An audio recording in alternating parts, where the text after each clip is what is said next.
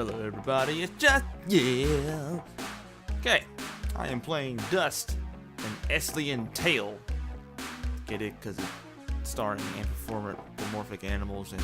Anyway, so, again, this is a game of hack and slash. It's really, really cool. It's for PS4, and I highly recommend it. Anywho, so the Lord showed me today, or what was for today, he said that basically he was kind of like, don't get it twisted, okay? So he was saying that destruction is not going to come, only his plan is going to come. And I think it's interesting the way he phrased that. It's like we allow the circumstances of life to really rule over us, and because of our circumstance, we think a lot of times automatically that means that God's plan is not in motion, or we forget who we are because of a circumstance.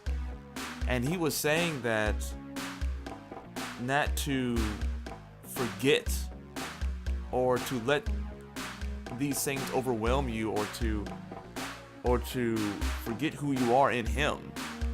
He's like, stop it. Like, what are you doing? What are you talking about?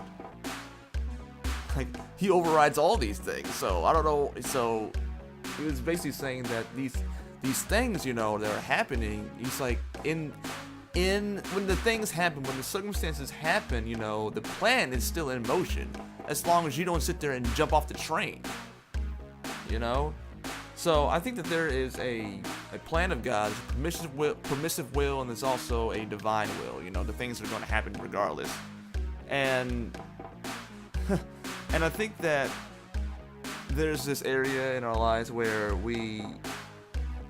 the permissive things, those type of things that happen from day to day, and the daily troubles and things like that, you know, rain on the just and the unjust, those type of things that happen regardless, we can get so caught up in that stuff and then forget who we are.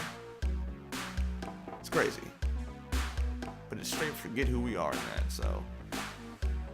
So don't really know what I think that if we, during this time especially, given the evidence that we've gotten from the previous episodes of the show and everything, and the previous prophecies that God's given us and everything, if we allow the circumstances just to overwhelm us into this, be like, well, this is happening, my car broke down, that means the plan of God is off limits now, like, you know, like, just dumb stuff like that. And I know it can be discouraging and things like that, but that's the whole point. The whole point is for the enemy to get inside your head and to disqualify yourself by yourself, you know?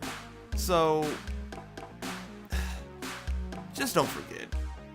I'm saying this for myself as well. Just don't forget that you're greater than your circumstances, and so is his word. So why are you freaking out? Why do that to yourself? Why do that to other people? Because it's not just God's plan for you.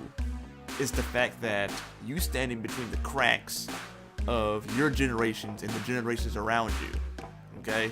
So all the garbage that Jesus had to die for in terms of his previous generations and the sins of even Adam, the first Adam, him being the second Adam, he died for the sins of the first Adam, which was going all the way back to the bloodline of who he is and everything else, you know what I'm saying? So in the same way, if we are to be like Christ, we gotta go through the same stuff.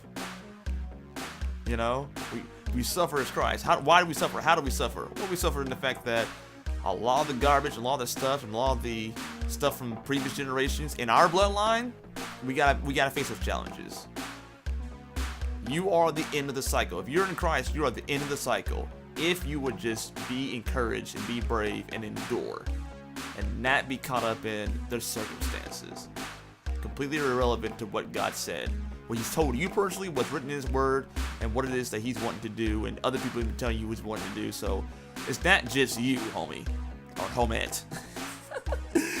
It's generations and people around you, and generations and for their generations, and all this stuff hangs in the balance, you know. And to only think that it's only going to be for you, that's missing the point entirely. So anyway, guys, be encouraged. I'm not sitting there saying for you to feel bad. Feeling bad doesn't do anything. to do anything. That's for you and your ego to protect yourself so you don't have to take action. So because I feel bad about it means I don't have to change anything. No, you do have to change something. The only way that you're going to be perfect in this life is going to be three things. It's going to be obedience. No, it's going to be hearing, obedience, and love. If you can do those three things, you'll be fine. If you can't do those things, that's a threefold code right there. That's powerful. You look at anyone in the Bible, the people that God used are people that listened, that obeyed, and did it in love. That's it. That's as close to perfect you're going to learn. So if you're going to be waiting for the perfect this and the perfect that, and for these circumstances, for you to grow here and to grow there, ain't going to happen. You need three things. Listening, you need obedience, and you need love. And not necessarily in order. I would say you need love, and then you need listening, and then obedience. So, but anyway, guys, that's my time. I just want to encourage you guys that, start. At least start. And that the destruction that a lot of people are wanting because they want America to pay for all the sins that they've done to that person who is talking about that stuff. God's like, nope, this is part of my plan. I plan to restore. That's my plan. I plan to restore. Deal with that. And stop giving the enemy credit for everything that happens all the time. Some things, yes, enemy does want to steal, kill, and destroy. Absolutely. But don't be so ready to kneel and to shake and to quake simply because the devil's giving you a hard time. Don't give him too much credit. Don't give him too much power over your life. Your God is way stronger, way mightier than he is. And if you would just endure, you'll see it. Alright guys, that's my time. You can find me in the links in the description below in terms of other ways to follow me and support me as well. Please like and share and subscribe because other people I think need to hear and see this. And also if you have a game or some music that you would like to display on the show, I would be more than happy to share that because that's why I changed the format so drastically in the first place.